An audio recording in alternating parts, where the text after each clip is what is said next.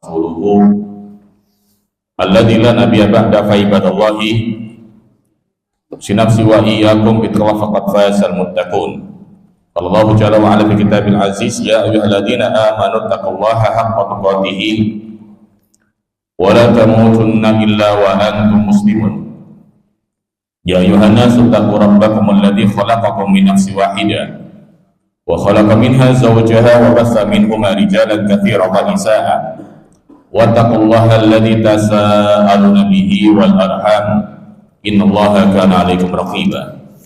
Ya ayyuhalladzina amanu taqullaha wa qulu qawlan sadida yuslih lakum a'malakum wa yaghfir lakum dhunubakum wa man yuti'illah wa rasulahu faqad faza fawzan 'azima. Ma ba'd, fa inna asdaqal hadithi kitabullahi wa khairal hadi Muhammadin sallallahu alaihi wa ala alihi wa sallam wa syarrul umuri muhdatsatuha wa kullu muhdatsatin bid'ah wa kullu bid'atin dhalalah wa kullu dhalalatin finnar. Jamaah sedang salat subuh yang Allah muliakan keseluruhannya, segala puji bagi Rabbuna Jalla wa Ala yang telah melimpahkan untuk kita kesemua nikmat yang luar biasa, nikmat iman, nikmat Islam, nikmat bisa ibadah kepada Allah Subhanahu wa taala di atas tuntunan Nabi kita sallallahu alaihi wasallam. Nikmat yang luar biasa tentunya. Termasuk di antaranya pula nikmat kesehatan yang sampai saat ini Allah limpahkan untuk kita bersama sehingga bisa menuju ke tempat ini untuk ibadah kepada Allah Azza wa Jalla. Kita lanjutkan kajian kita, pembahasan kitab Bulughul Maram min Adillatil Ahkam, pembahasan pada bab tayammum.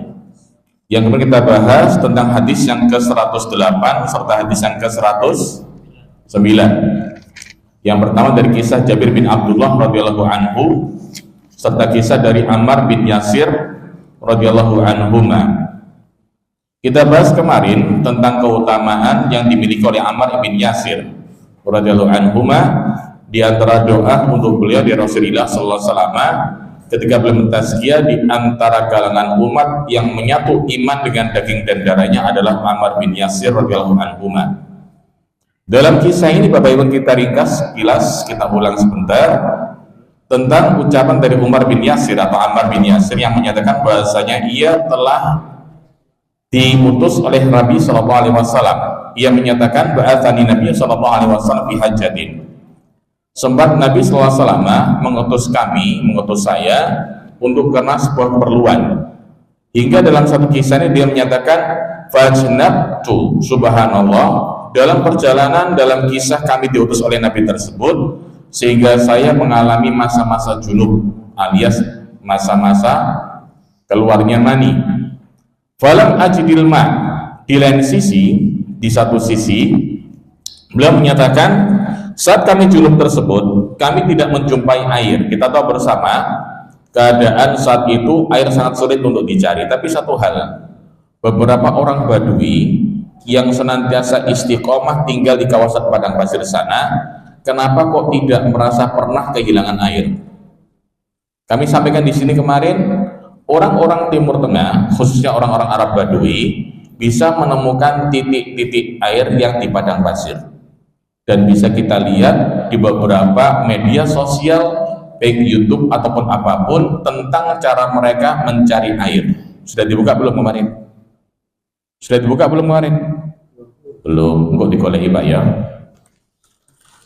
Dalam kisah ini, Ammar menyatakan, saya tidak menemukan air. Fatamarrahtu fil sa'idi. Beliau menyatakan tamarrahtu, saya berguling-guling di atas debu yang saat itu ada di gurun pasir sana. Kama tamarrahu daba, sebagaimana hewan-hewan binatang ternak yang suka gulung-gulung di atas pasir.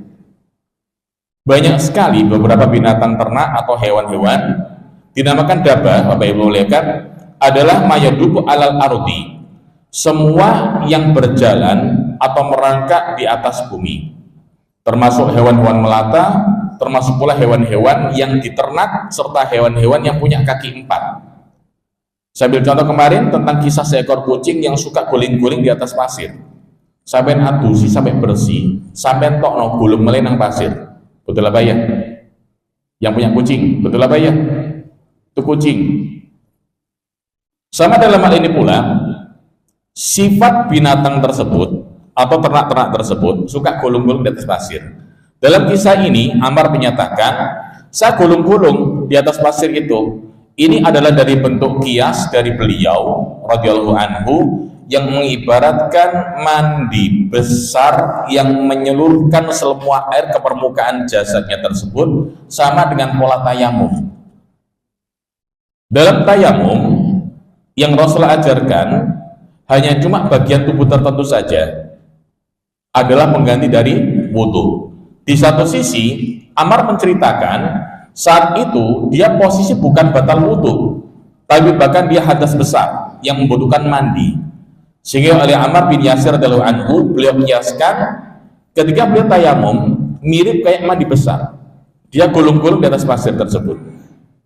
Hingga kemudian summa ataitu Nabi sallallahu alaihi wasallam. Hingga di satu kota Madinah beliau mendatangi Rasulullah sallallahu alaihi wasallam, wa dzakartu lahu dzalik. Aku sampaikan kepada beliau sallallahu alaihi wasallam tentang kejadian yang aku timpa, dan aku melakukan perkara-perkara itu semua dalam rangka untuk tayamum, dalam rangka menjaga dari kesucian dari hadas besar. Faqal, perhatikan, Nabi dawuh kemudian satu kalimat ini, innama kana yakfika. Beliau menyatakan, ya Ammar, sesungguhnya untuk engkau cukup untuk kau lakukan ini, antaqula biyadaika hakada. Beliau menceritakan, beliau menyampaikan antakula ay antaf'ala. Kalimat ini bukan artinya engkau berkata atau engkau berbicara, tapi beliau menyatakan antakula antaf'ala, yaitu engkau melakukan perkara ini saja ketika panjenengan dalam posisi jinabat, biyadaika, dengan kedua tanganmu hakata, dengan cara seperti ini. Summa daraba biyadaihi al-ardha darbatan wahidatan. Summa daraba biyadaihi, Nabi sallallahu alaihi wasallam memukulkan kedua telapak tangannya di atas bumi, di atas tanah, darbatan wahidatan, dengan cuman satu kali pukulan. Summa masaha ashimal al yamin, hingga kemudian telapak tangan kiri membasuh telapak tangan kanan. Wa dhahira kaffai, dan juga semua permukaan dari tangan-tangan beliau. Setelah membasuh tangan kanan, membasuh tangan kiri. Wa wajhahu, kemudian beliau membasuh mukanya. Para ulama sempat memberikan komentar tentang tayamum ini, tentang adanya beberapa sifat. Yang pertama adalah kisah dari kalangan sahabat yang lain. Dalam Imam Bukhari dikisahkan bahwasanya Rasulullah membasuhnya yang diawali dengan wajah kemudian telapak tangan. Dalam kisah Ammar bin Yasir ini, beliau mengawali yang pertama kali adalah tangan, kemudian baru telah wajah. Sehingga sebagian ulama menyatakan tartib urutan ini bukan hal yang wajib, bukan hal yang rukun dalam masalah tayamum. Diperbolehkan menggunakan tartib melalui tangan dahulu, kemudian baru wajah. Di lain sisi ada tartib yang lain. Dalam kisah Sahih Bukhari, dalam riwayat yang lain pula, wa fi riwayat Bukhari, daraba bi kafahil ardha, beliau memukul kepada bumi tersebut, wa nafakha fihima, kemudian beliau meniup sisa-sisa debu di sana, summa masaha bihima wajhahu wa kaffaihi, hingga kemudian beliau basuh muka beliau yang mulia dan kedua tangannya. Jadi untuk masalah tartib, apakah tangan duluan ataukah muka duluan, para ulama memberikan jawaban ini bukan hal yang diwajibkan atau dirukunkan. Membuka kemungkinan diawali dengan tangan boleh, juga wajah boleh, tapi yang paling utama diawali dengan wajah. Bapak Ibu yang Allah muliakan, ada beberapa kisah di sini yang bisa kita ambil pelajaran. Yang pertama, Syekh Abdullah Al-Basam rahimahullah ta'ala menyatakan, masyhuriyatut tayammum lis-sholati wa ghairiha minal ibadati wajib laha at-taharah. Beliau menyatakan bahwasanya tayamum ini disyariatkan dalam agama Islam bagi siapapun di antara hamba-hamba yang ingin melaksanakan sholat dan yang selainnya dari ibadah-ibadah Allah tetapkan yang dibutuhkan taharah di sana. Ketika tidak ada air atau terhalang menggunakan air. Ada beberapa keadaan di mana kalangan umat manusia terhalang menggunakan air. Nanti akan ada kisah di sini tentang kalangan sahabat yang sempat junub, sebetulnya dia sakit, dia bisa menggunakan air, dipaksa mandi kemudian dia mati, meninggal dunia, radhiyallahu anhu. Sehingga dalam hal ini para ulama menetapkan bahwasanya untuk tayamum bukan cuma kaitan syaratnya diperbolehkan tayamum tersebut dengan tidak adanya air yang bisa digunakan untuk berwudu. Yang kedua adalah ketika dalam suatu keadaan seorang hamba Allah Subhanahu wa taala tidak bisa menggunakan air karena faktor masalah kesehatan atau masalah darurat. Contoh misalnya Pak Ibu muliakan, tanpa kita ragu, saat kita di pesawat itu ada air dalam pesawat, betul Pak Ibu, tapi jumlahnya terbatas. Misal nang pesawat sampean keturun, bapak-bapak orang sing ngimpi kemudian, apakah wajib mandi besar dalam pesawat tersebut? Perjalanan dari Surabaya ke Jeddah berapa jam?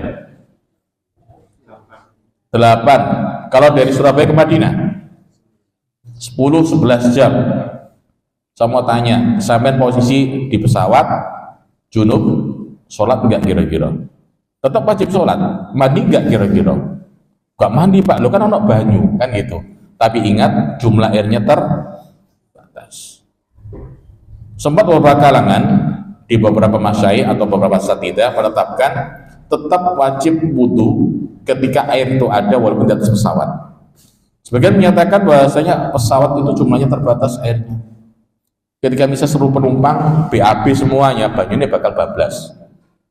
Kentean nantinya pasti.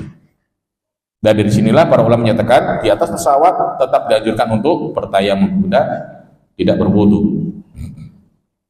Yang kedua, pelajaran bisa kita ambil bayanu sifatut tayammumi wa huwa an yadribal ardha bi yadayhi darbatan, yaitu sifat tayamum yaitu seorang muslim menapakkan tangannya, memukulkan tangannya di atas bumi dengan satu kali pukulan. Wa yamsahu wajhahu bi batini kaffaihi, kemudian dia bisa membasuh kedua tangannya yaitu dengan telapak tangan tersebut. Wa yamsahu kulla dhahiri yadihi bil ukhra, dan tangan lain membasuh tangan yang lainnya pula. Sawaun fil hadafi asghar awil akbar, berlaku untuk hadas kecil maupun hadas besar. Fasifatuhu wahidatun, sifatnya tetap satu. Dalam artian tayamum ini bisa dipergunakan untuk menghilangkan hadas besar maupun hadas kecil. Yang ketiga, pelajaran diantaranya pula jawazu takhfifil awbar al-kathir al-alik bil yadaini min darbil ardi bin nafkhi. Beliau menyatakan diperbolehkan meringankan beberapa debu yang menempel di tanah. Setelah kita mengukur tanah tersebut ada debu menempel cukup banyak, diperbolehkan untuk takhfif, meringankan dengan meniupnya, membersihkan sebagian besar debu untuk menyisakan sedikit dari debu yang menempel di tangannya. Tsumma masaha wajha wal kaffaini bihima, hingga kemudian membasuh kedua membasuh mukanya dan membasuh kedua tangan dengan telapak tangan tersebut. Kemudian Bapak Ibu muliakan, terkait masalah kias yang dilakukan oleh Ammar bin Yasir ini, ada satu komentar di sini Bapak Ibu muliakan, di mana dinyatakan jawazul ijtihad fi masailil ilmi, diperbolehkannya pintu ijtihad dalam masalah ilmu, hatta fi zamanin Nabi sallallahu alaihi wasallam, bahkan di zaman Nabi sallallahu alaihi wasallam, wa hiya mas'alatun khilafiyatun bainal usuliyin, tapi masalah ini khilaf di kalangan ulama-ulama usul. Wa arjahal aqwalu thalathah, dan di antara pendapat yang paling kuat adalah pendapat 3 dari kalangan ulama-ulama besar atau ulama-ulama yang memegang pendapat tersebut. Jawazahu fi ghibatin Nabi sallallahu alaihi wasallam, di mana ketika diperbolehkan ijtihad tersebut selama Nabi tidak ada di sana bersama mereka. Atau yang kedua, wal bu'di an su'alihi, dan jauhnya para sahabat bertanya langsung kepada Rasulullah Muhammad sallallahu alaihi wasallam. Kalau zaman sekarang boleh ijtihad enggak orang awam? Orang awam boleh ijtihad enggak zaman sekarang? Ataupun alim lah contohnya misalnya gitu. Boleh ijtihad nggak kira-kira? Sekarang zaman banyak alat elektronika, banyak alat komunikasi. Kita tahu Pak Ibu muliakan, di atas langit masih ada langit yang paling atas pula. Di atas orang alim yang cerdas apapun, masih ada orang alim lebih alim lagi dari kita kesemuanya.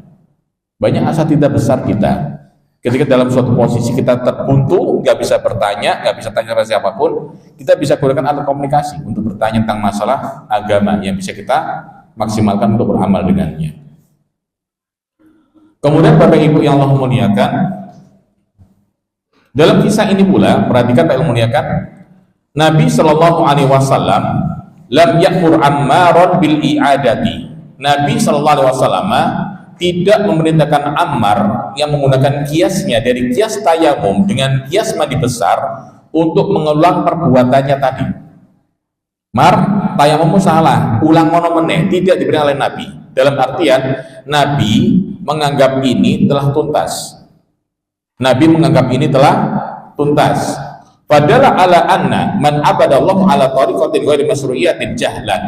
Termasuk dalam hal ini pula banyak sekali di antara umat yang beribadah kepada Allah Subhanahu wa taala dengan tata cara yang dia tidak tahu tentangnya. Fa innahu yu'allimu limustaqbili amri. Maka kewajiban bagi orang-orang yang tahu untuk mengajarkan bagi orang-orang yang tidak tahu tersebut untuk amaliyah ke depannya.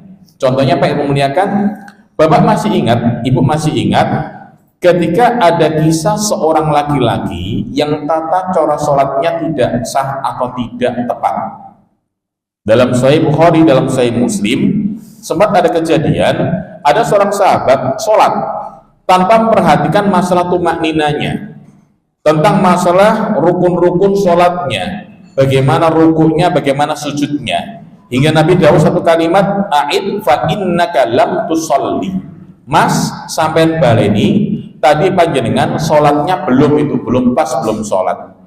Hingga pun diulang lagi, salam pada Nabi. Kemudian Nabi menjawab, Nabi menyatakan lagi yang kedua, a'id fa sholli fa innaka lam tusolli. Mas, baleno meneh, jenengan tadi belum sholat secara sempurna. Hingga yang ketiga, Nabi mengajarkan tentang tata cara sholat tanpa memerintahkan untuk mengulang lagi.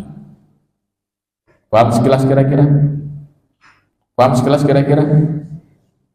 Paham sekilas kira-kira? Di antara pelajaran ini pula, at-ta'lim bil qawli wal fi'li yakunu bi tamtsilil matlubi wa ta'allumihi. Pengajaran, metode pengajaran dengan ucapan dan dengan peragaan, dengan ucapan dan juga dengan peragaan. Dan ini di antara cara wasilah yang banyak diterapkan oleh Rasulullah Muhammad SAW untuk seluruh kalangan sahabatnya. Kita mungkin masih ingat Pak Ibu muliakan, dalam satu kisah dalam Sahih Bukhari pula, Rasulullah Muhammad SAW sempat sholat di atas mimbar, sempat sholat di atas kuda. Dalam sholat di atas mimbar tersebut, beliau sholat di mimbar yang kedua, kan 3 tingkat, 1, 2, 3. Beliau sholat di mimbar yang kedua, tingkat yang kedua. Ketika beliau akan sujud, beliau mundur di tempat tahapan yang pertama hingga mengulang pada rokat-rokat berikutnya. Setelah itu kemudian beliau menyatakan satu kalimat ini, salah satu sholat ini agar kalian tahu tentang bagaimana tata cara sholat.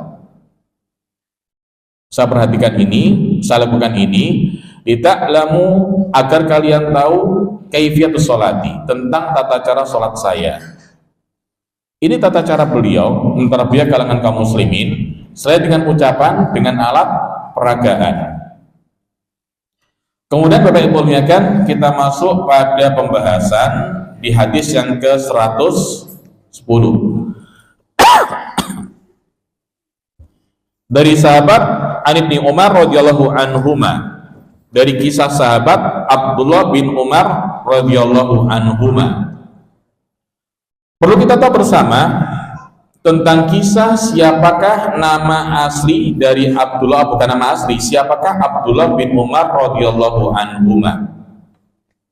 Nama beliau adalah Abdullah, punya kunyah bernama Abu Abdurrahmani. Dalam artian Abdullah bin Umar punya anak pertama bernama Abdurrahman, atau punya anak laki-laki pertama bernama Abdurrahmani.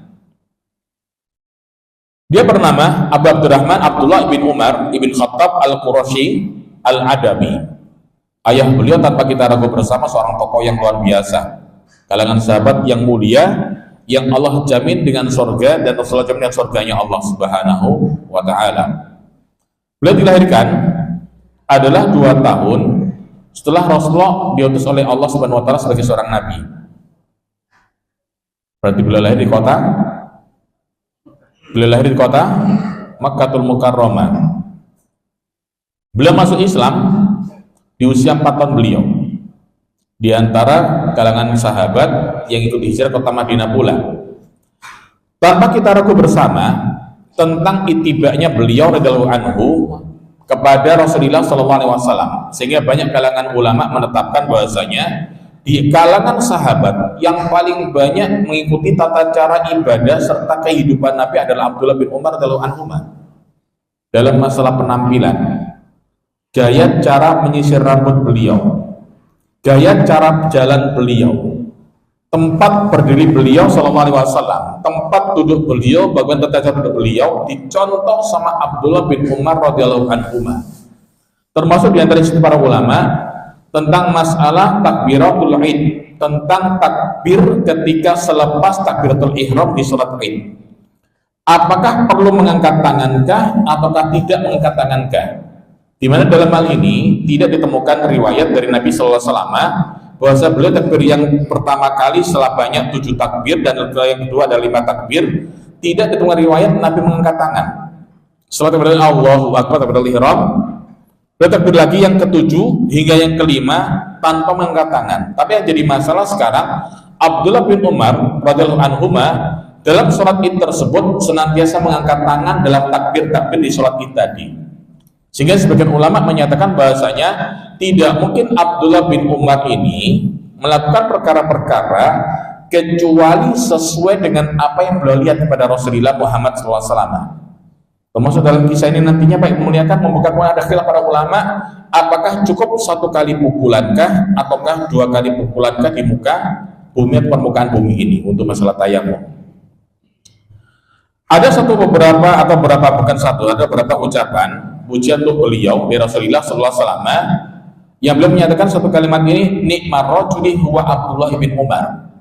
Sebaik-baik laki-laki adalah Abdullah bin Umar idza shalat lail, ketika beliau melaksanakan salat malam. Dalam artian apa?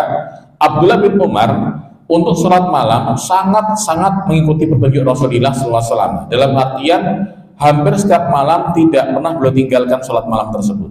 Sehingga beliau menyatakan sallallahu alaihi wasallam, nikmar rajuli Abdullah ibn Umar radhiyallahu anhu. Sebaik-baik laki-laki adalah Abdullah bin Umar idza shalat, ketika ia salat malam. Ada satu kalimat dari Imam Nafi' di kalangan ulama tabi'in rahimahullah, beliau menyatakan bahwasanya kan Ibnu Umar yuhyi baina dhuhri ilal asr. Beliau menceritakan keutamaan Abdullah bin Umar, beliau suka menggunakan ibadah antara zuhur dengan asar. Termasuk satu ketika Nafi' menceritakan bahwasanya kan Ibnu Umar radhiyallahu anhuma idza fatathu sholatul isya fi jama'atin, bahwasanya kisah Abdullah bin Umar ketika sempat terlambat mengikuti jamaah sholat isya. Lah kok bisa gitu? Ingat Pak Ibu muliakan, sholat isya di zaman Rasulullah SAW pernah di awal waktu, pernah di tengah waktu, pernah di tengah waktu, pernah di akhir atau akhir malam. Pernah mendengar kisah ini kira-kira? Pernah mendengar kisah ini kira-kira? Nabi sholat isya pernah di awal waktu isya, yaitu awal malam. Pernah pertengahan waktu malam, itu tengah waktunya isya. Pernah di akhir malam pula, beliau sholat jam bersama sahabatnya yang sempat saat itu pada saat menunggu, terkatuk-katuk sebagian tertidur bahkan, hingga Rasulullah keluar pada akhir malam mengimami sholat malam tersebut, dan itulah waktu terbaik untuk sholat malam atau sholat isyanya. Dalam kisah ini Nafi menceritakan Abdullah bin Umar sempat tertinggal sholat jamaah isya. Gara-gara apa? Waktu iqamat yang panjang, mungkin beliau istirahat di rumah, wallahu ta'ala alam. Sehingga suatu ketika sempat beliau kehilangan sholat jamaah sholat isya, dan ngapunten ketika ketinggalan sholat isya jamaah tersebut, ahya baqiyatul lailatihi, beliau hidupkan sisa malam. dengan ibadah kepada Allah Subhanahu wa taala, tebusan dari apa yang ia tinggalkan dalam masalah jamaah salat Isya bersama Rasulullah sallallahu alaihi wasallam.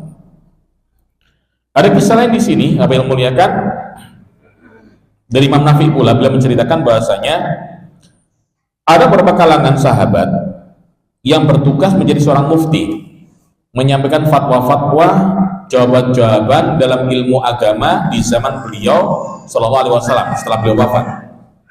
Termasuk di antara sahabat tersebut ada dua orang Abdullah, bernama Abdullah bin Abbas radhiyallahu anhuma, dan yang kedua adalah Abdullah bin Umar radhiyallahu anhuma. Nafi menceritakan rahimahullah, menyatakan bahasanya kana Umar wa Ibnu Abbas yajlisani linnasi 'inda maqaddimatil hajj.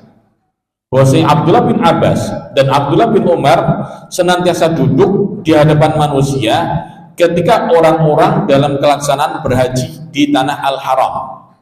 Ketika orang-orang haji, Abdullah bin Abbas, Abdullah bin Umar duduk untuk menemui kalangan jamaah haji yang membutuhkan pertanyaan-pertanyaan untuk beliau jawab dalam masalah agama.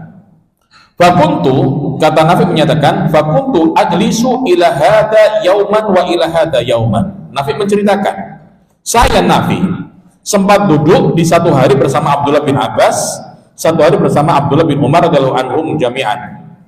Fakana Ibnu Abbasin, dan Abdullah bin Abbas yujibu wa yufti fi kulli ma su'ila anhu. Abdullah bin Abbas senantiasa menjawab dan berikan fatwa terhadap perkara-perkara yang ditanyakan kepada beliau radhiyallahu anhuma. Tapi belum menyatakan wa kana Ibnu Umar, tapi Abdullah bin Umar yaruddu aktsar mimma yufti. Tapi Abdullah bin Umar lebih banyak menjawab pertanyaan dari apa-apa yang difatwakan dari Abdullah bin Abbas radhiyallahu anhuma. Ini di antara pujian dari kalangan ulama tabi'in kepada Abdullah bin Umar radhiyallahu anhuma. Termasuk ada satu kisah dalam kitab Hilyatul Awliya, juga dalam kitab Syarah Alamin Nubala, sempat Abdullah bin Umar radhiyallahu anhuma ini membeli 5 orang budak. Suatu ketika beliau radhiyallahu anhu sholat, ternyata subhanallah 5 orang budak ini ikut sholat di belakang beliau tanpa ada perintah dari Abdullah bin Umar radhiyallahu anhu. Jadi beliau sholat, setelah beli budak beliau sholat, subhanallah 5 orang budak tersebut mengikuti Abdullah bin Umar untuk sholat berjamaah bersama beliau. Setelah selesai sholat, subhanallah beliau berkata kepada mereka semuanya, untuk siapa kalian sholat? Mereka menyatakan lillahi wahdah, kami sholat untuk Allah semata. Dalam artian kami sholat bersama engkau ya Abdullah bin Umar demi untuk Allah dan menyembah Allah subhanahu wa ta'ala. Perhatikan Pak Ibu muliakan, saat itu pula Abdullah bin Umar langsung membebaskan 5 budak yang barusan beliau beli. Dan ini diantara keutamaan beliau radhiyallahu anhu, betapa karimnya beliau dan mauan beliau, dan mudah sekali membebaskan budak karena sebab iman. Dalam kisah ini Bapak Ibu muliakan, hadis dalam Ad-Darqutni dalam musnad beliau, cuma jadi masalah derajatnya ini mauquf hingga sampai kepada Abdullah bin Umar semata. Dinamakan mauquf, artinya hadis tersebut terhenti sanadnya hingga kalangan sahabat, tidak sampai kepada Nabi SAW. Dalam lafaz hadis ini dari Abdullah bin Umar radhiyallahu anhu, beliau menyatakan qala Rasulullah sallallahu alaihi wasallam. Beliau menyatakan, Abdullah bin Umar dawuh bahwasanya ia menyatakan Rasulullah dawuh pula.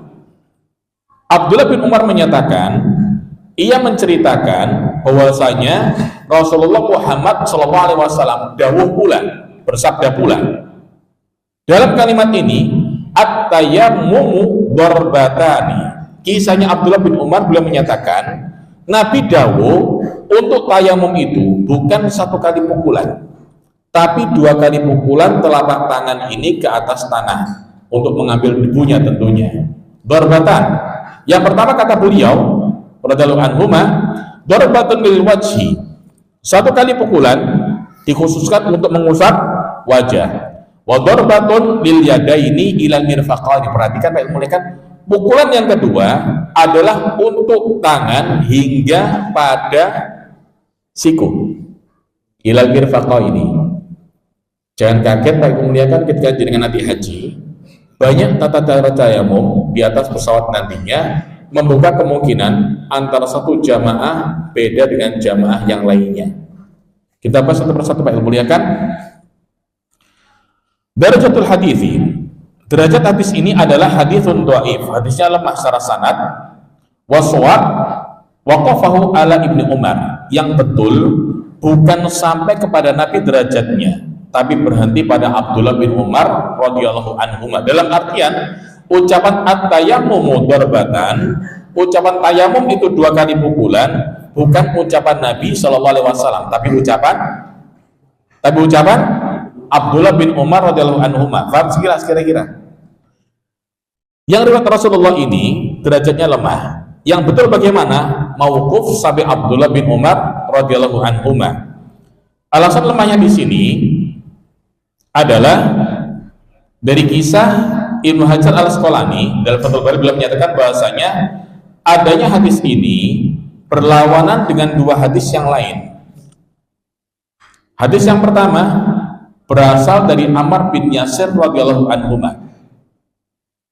berupa qauliyah Rasulullah sallallahu alaihi wasallam, ucapan Rasulullah sallallahu alaihi wasallam.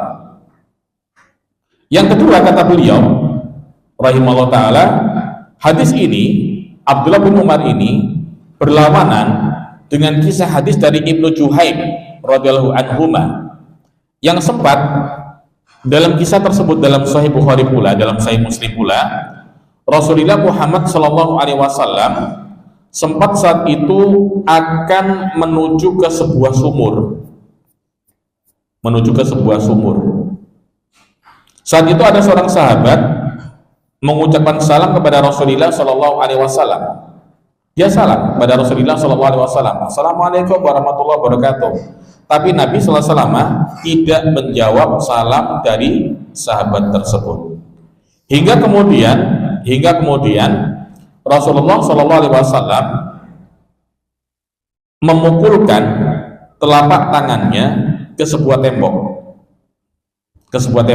Jadi kisah ini Pak, Aqbala Rasulullah sallallahu alaihi wasallam min nahwi bi'ri Jamal. Nabi menuju ke gadang dari arah sumur Jamal. Falaqayahu rajulun fasallama alaihi, hingga seorang laki-laki berjumpa Nabi sallallahu alaihi wasallam mengucapkan salam. Tapi falam yaruddu Rasulullah sallallahu alaihi wasallam assalam. Nabi tidak menjawab salamnya orang tersebut. Hatta aqbala al-jidar, hingga beliau di hadapan sebuah tembok. Famasaha wajhahu wa yadayhi, memukul 1 kali pukulan, membasuh muka dan kedua tangannya. Tsumma radda alaihi salam, kemudian beliau menjawab salam dari orang tersebut. Dalam artian kisah yang paling sahih adalah 2 kisah dari Rasulullah sallallahu alaihi wasallam. Yang pertama kisah dari Ammar bin Yasir berupa qauliyah. Kisah yang kedua dari Ibnu Juhaim ini berupa fi'liyah, perbuatan Nabi sallallahu alaihi wasallam. Paham sekilas kira-kira? Jadi kisah Abdullah bin Umar ini terkesan bertentangan dengan kisah 2 hadis yang lebih sahih. Hadis dari Ammar bin Yasir yaitu qauliyah Rasulullah sallallahu alaihi wasallam, dan hadis yang kedua dari Ibnu Juhaim radhiyallahu anhu tentang kisah Rasulullah dalam bentuk fi'liyah beliau.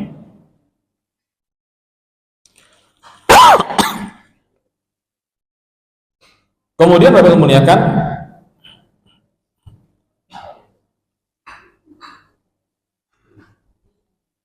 ada banyak kisah di sini, termasuk penguatan untuk sifat tayamum dengan 1 kali pukulan ke atas tanah untuk mengambil debunya telah ditetapkan oleh seorang imam besar, Imamul Muhadditsin, bernama Imamul Muhadditsin, Imam Al-Bukhari rahimahullah ta'ala. Bagaimana maksudnya Pak muliakan?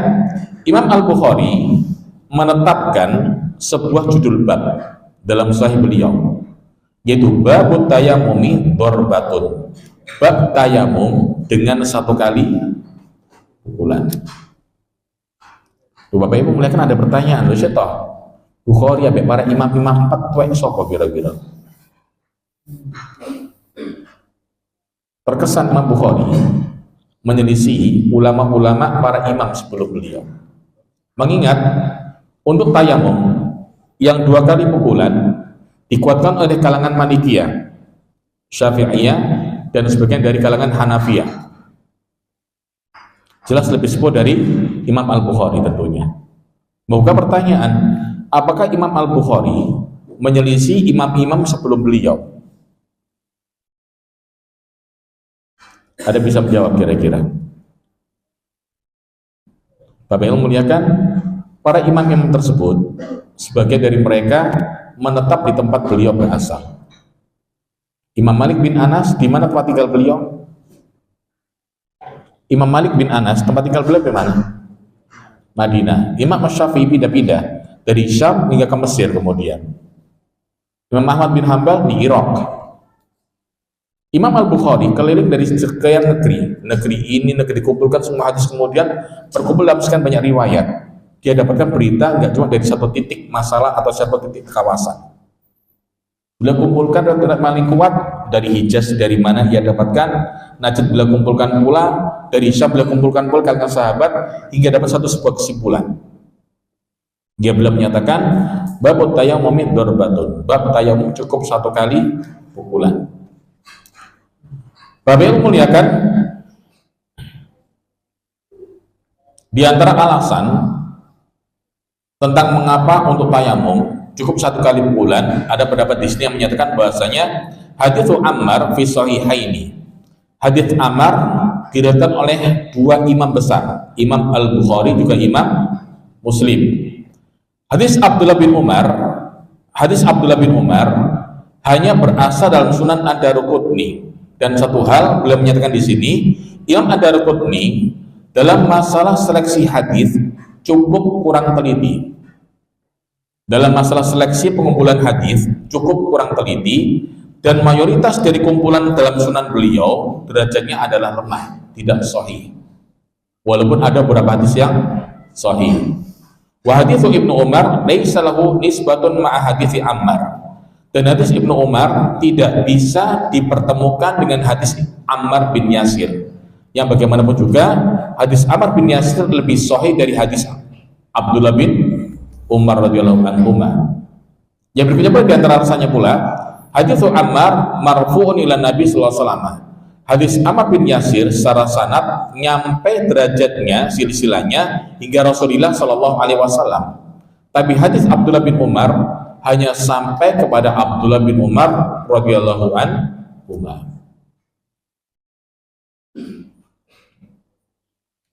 Kemudian Bapak muliakan, kita masuk pada hadis yang ke-111.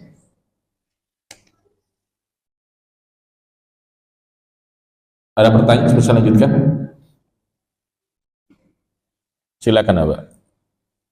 Kalau tidak pesawat misalnya cuaca dingin terus bermimpi, terus pakai jubah itu ganti semua, atau kalau yang nggak pakai jubah ganti yang bagian bawah saja. Kalau cuaca dingin, terus ada air tapi cuacanya itu bisa tayamum saja. Barakallahu fikum. Ada pertanyaan, ketika sebuah keadaan kita bertempat atau lagi wisata di kawasan pegunungan yang sangat dingin cuacanya, hingga suatu ketika kita mengalami mimpi basah, kita pakai jubah, kita pakai thawb, apakah ganti semua pakaian ataukah tidak? Satu hal, dinamakan mandi atau dinamakan ketika keluar mandi tersebut tidak seluruh pakaian terkena yang namanya mani. Membuka kemungkinan ada athar bekas dari mani tersebut. Cukup dibersihkan bekas mani tersebut dengan air ketika dia masih basah. Kalau udah kering boleh dikerok, tapi juga boleh dicuci pakai air. Dan artinya tembak. Sambil contoh, baju saya kena kencing satu titik ini aja, satu titik seluas pergelangan atau kepalan tangan saya. Apakah semua baju ini atau satu bagian baju ini semua saya cuci semuanya, Ataukah cukup untuk satu kepalan ini yang saya bersihkan dengan air? Apa maksudnya kalimat saya ini kira-kira? Paham kalimat saya ini kira-kira? Saya ambil contoh misalnya, Bapak ngagem sarung. Bapak ngagem sarung, jangan pakai sarung. Sarung tersebut kena mani, titiknya cuma satu kepalan tangan. Apakah wajib nyuci semua sarung bagiannya itu tadi, atau cukup kepalan tangan dicuci agar bisa sholat segera? Paham kalimat ini kira-kira? Sama dengan jubah kita. Ada celana dalam kena, oke dicuci sebagian dari yang kena mani tersebut. Yang kedua, celana kena, bagian yang kena mani cuci. Jubah kena dikit, satu mungkin ruas jari, cuci yang satu ruas jari itu saja. Nggak ada masalah saya kira.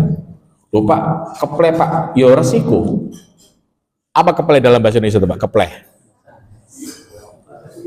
Kuyup, kebles kan gitu, kebles kan bahasa Jawa. Kepleh kan gitu istilahnya. Gimana Pak, gak enak sholat? Ya resiko itu. Ini kita bisa sholat, tempat itu suci, bagian kita suci. Walaupun dalam hal ini mani itu bukan hal yang najis. Walaupun mani bukan hal yang najis, untuk liizal tisyak, untuk menghilangkan rasa keraguan itu saja. Membuka kemungkinan ketika mimpi ada madhi di sana. Madhi kan najis. Betul Pak Ibu? Madhi najis atau suci? Madhi. Muqaddimah syahwat itu loh. Tahu muqaddimah syahwat ya? Yang kayak licin-licin gimana gitu. Kalau mani kan licin-licin lari. Bapak Ibu yang paling tahu tentunya, licin-licin lari itu istilahnya. Tahu licin lari Pak Ibu ya? Tahu licin lari istilahnya? Ada licin biasa, ada licin-licin lari. Kalau mani licin-licin lari biasa gitu. Lah ngapunten, ketika mani dalam proses bicara para ulama ada dua kalimat di sana, ada dua pendapat di sana. Pertama menyatakan itu najis, yang kedua menyatakan itu suci. Dalam kisah perbuatan Aisyah radhiyallahu anha atau radhiyallahu anha, yang Aisyah menceritakan bahasanya kalau itu udah kering, aku kerok pakai kuku. Dan kalau basah, aku cuci pakai air. Dari kisah Aisyah tersebut, hingga ada dua pendapat para ulama. Yang kedua, terkait masalah ketika dalam posisi dalam keadaan dingin tersebut, yang kita nggak mampu untuk mandi, apakah boleh untuk tayamum? Boleh untuk tayamum. Ketika fisik sudah lemah dan nggak mungkin untuk mandi. Seperti saya Pak Ibu muliakan ngapunten, saya selama waktu di tugas tempat kerja lama dulu itu, seringkali mengawal para murid-murid kami di tempat-tempat yang dingin, di Celaket, di Cangar, dan lain beberapa titik-titik yang sangat dingin, super dingin bahkan. Ada beberapa kawasan dataran tinggi, walaupun super dingin, tapi airnya hangat. Contoh di Cangar. Tahu Cangar Pak Ibu ya? Cangar itu Pak, sinyal sulit, tapi banyunya hangat. Banyunya hangat. Ceraket, dataran tinggi, tapi banyunya adem. Sampai nang Bromo, banyunya adem. Nek kuat monggo atus nang kono. Saya pribadi Pak di Celaket sama di Bromo, saya tetap mandi. Duga katon toh. Kan saya gemuk. Alhamdulillah saya dikhawatir Allah subhanahu wa ta'ala masih bisa mandi. Di Celaket, Bromo belum mandi kalau di Bromo. Celaket saya mandi. Ngawal 3 hari 4 hari saat itu. Setiap pagi saya mandi. Sebelum itu saya mandi bahkan. Jadi ketika fisik gak mampu, tidak perlu untuk mandi. Wallahu ta'ala a'lam bishawab. Yang lain dan pertanyaan jamaah?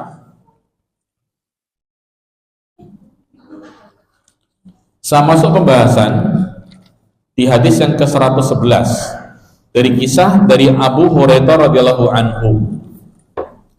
Abu Hurairah radhiyallahu anhu di antara kalangan sahabat yang paling banyak meriwayatkan hadis dari Nabi Shallallahu alaihi wasallam. Tapi ditolak oleh orang-orang Syiah. Nama asli beliau adalah Abdurrahman. Nama asli beliau adalah Abdurrahmani. Nanti akan kita temukan Pak, setelah kisah Burai nantinya, ada kisah dari Abu Sa'id Al-Khudri radhiyallahu anhu pula. Dua orang ini menggunakan kunyah yang masyhur dikenal di kalangan sahabat dengan kunyahnya beliau, julukan beliau, Abu Hurairah serta Abu Sa'id Al-Khudri. Tidak semua dari kita mengetahui nama-nama asli beliau, baik itu Abu Hurairah maupun Abu Sa'id Al-Khudri. Abu Hurairah punya nama aslinya Abdurrahman Ibn Sakhr, di antara kalangan sahabat yang berasal dari negeri Yaman, orang Arab asli dari negeri Yaman. Kenapa disebut Abu Hurairah? Beliau adalah penggembala kambing. Selain penggembala kambing, beliau punya kebiasaan suka bermain dengan satu hewan bernama kucing yang kecil. Kucing kecil. Dan saya kira wajar Pak, kita mainan sama hewan itu wajar. Contoh misalnya Pak nggih ngapunten. Asmanipun sinten? Jenengan Bapak? Pak Sigis ngapunten nggih. Pak Sigis punya kebiasaan mainan sama reptil. Apa itu? Buaya. Yo Bu Ayah, yo si Ayah dan Pak Ayah dibuat mainan sama dia. Tutup boyo yang gede Pak, boyo yang cilik-cilik. Nek boyo gede golek molo jenenge kan gitu istilahnya. Dia mainan buaya, suka mainan buaya. Diajak muamalah pun bisa. Termasuk ngapunten Pak, pirsa kambing jenengan. Wedhus itu nek kadung akrab sampai sing ngomong, akrabnya luar biasa. Wedhus itu Pak, kalau sama ngomong itu akrabnya luar biasa. Dari kecil ia pelihara hingga besar dewasa, suka ngenger sama yang melihara. Termasuk ada satu kisah dari kalangan sahabat kami yang cerita bahwasanya dia punya emaknya itu kalau manggil kambingnya itu moro. Siti kabeh moro Pak, jenenge Siti kabeh kabduse. Siti mangan, Siti mulai kabeh. Dipanggil emaknya mereka datang semuanya. Lah ngampun Abu Hurairah ini radhiyallahu anhu suka mainan kucing. Wajahnya imut, menggemaskan. Betul Bapak Ibu? Sampean pegel Pak, nek duwe kucing, wajahnya lucu ngenteni sampean, hilang enggak pegel iki? Halo? Pada begini Pak, sampean duwe anak lucu, duwe putu lucu. Saka kantor diomele pimpinan sampean, mulai ndelok anak sampean lucu, hilang enggak pegel kira-kira? Hilang. Sama seperti itu pula. Abu Hurairah punya kebiasaan main sama kucing, sehingga saat itu kalangan sahabat menyatakan, oh bapak kucing emang ini. Kalau malam ditaruh di atas pohon kucingnya, mainan sendiri. Beliau berasal di kawasan Daus Yaman, negeri kawasan yang sangat menentang dakwanya Rasulullah SAW. Jadi ada satu kawasan negeri Yaman sana Pak, telah sampai dakwah di sana, dan tidak satupun dari umat Yaman atau manusia Yaman yang iman pada dakwah Rasulullah SAW. Dan di antara manusia terpilih adalah Abu Hurairah radhiyallahu anhu. Sempat ngapunten, ketika Rasulullah safar di sebuah peperangan hingga Abu Hurairah hijrah ke kota Madinah, tidak jumpa dengan Rasulullah SAW, hingga suatu ketika Rasulullah rawuh ke kota Madinah mengimami sholat subuh. Setelah sholat subuh, beliau menghadap muka ke jamaah, melihat wajah asing, yaitu Abu Hurairah radhiyallahu anhu, seorang laki-laki yang punya kulit agak gelap, bukan kulitnya hitam gelap, tapi agak gelap kulitnya, lebar pundaknya. Kalau orang lebar pundak Pak, itu secara biologis biasa orang kuat-kuat. Kemudian dua sifat yang lain, punya celah di giginya. Jadi gigi ini syariah kan dua biasa ya. Lah dua gigi ini ada celah. Beliau dawuh, sapa panjenengan, langsung membaiat saat itu. Membaiat Nabi untuk iman dan Islam dan step pada Islam. Saya mati hayatnya. Nabi dawuh kepada beliau, "Miman anta?" Mas, jenengan setelah baiat sekondi sampai niku. Qultu, Abu menyatakan, "Min Daus," saya dari suku Daus. Bagaimana beliau dawuh? "Ma kuntu ara fi Dausin ahadan fihi khair." Perhatikan Pak, Nabi dawuh, "Ma kuntu ara fi Dausin ahadan fihi khair." Saya dulu nggak menyangka ada kebaikan di suku Daus kecuali engkau saat ini. Dan dengan izin Allah Subhanahu wa taala berkembang Islam hingga seluruh masyarakat Daus menerima dakwah Rasulullah SAW. Kehidupan awal di Madinah tanpa kita ragu bersama, Abu Hurairah nggak punya keluarga di Madinah, otomatis beliau lantang-lantung tinggal di Masjid Nabi Sallallahu Alaihi Wasallam yang dikenal dengan sebutan Ahlus Suffah. Ahlus Suffah ini Pak Ibu muliakan adalah masyarakat yang serba kekurangan, pernah mengalami rasa-rasa lapar, pernah mengalami rasa-rasa kekurangan. Sempat Abu Hurairah berhubung tinggal di masjid, sering dapat info tentang ajaran Rasulullah SAW. Dalam keadaan lapar tersebut, beliau sempat berharap diajak makan oleh kalangan sahabat yang lain. Diajak makan sama Abu Bakar, sama Umar dan sebagainya. Ada satu kisah di sini Pak Ibu muliakan, sempat suatu ketika Abu Bakar Siddiq radhiyallahu anhu melewati Abu Hurairah, tanya kepada beliau tentang masalah-masalah agama, dijawab sama Abu Hurairah dengan harapan BBE, diajak makan. Apa BBE dalam bahasa Indonesia itu Pak? Moga-moga, mudah-mudahan diajak makan. Tapi subhanallah Abu Bakar mulai kan ajak makan. Yang kedua kisah lagi Pak, Umar bin Khattab Prabu, wah iki wonge kuat jelas bisa pangannya enak gitu. Tanya lagi masalah agama, dijawab Abu Hurairah dengan harapan muka-muka diajak makan. Ternyata pada mulai nih kabeh, saya pada ganti panganan kabeh. Termasuk satu ketika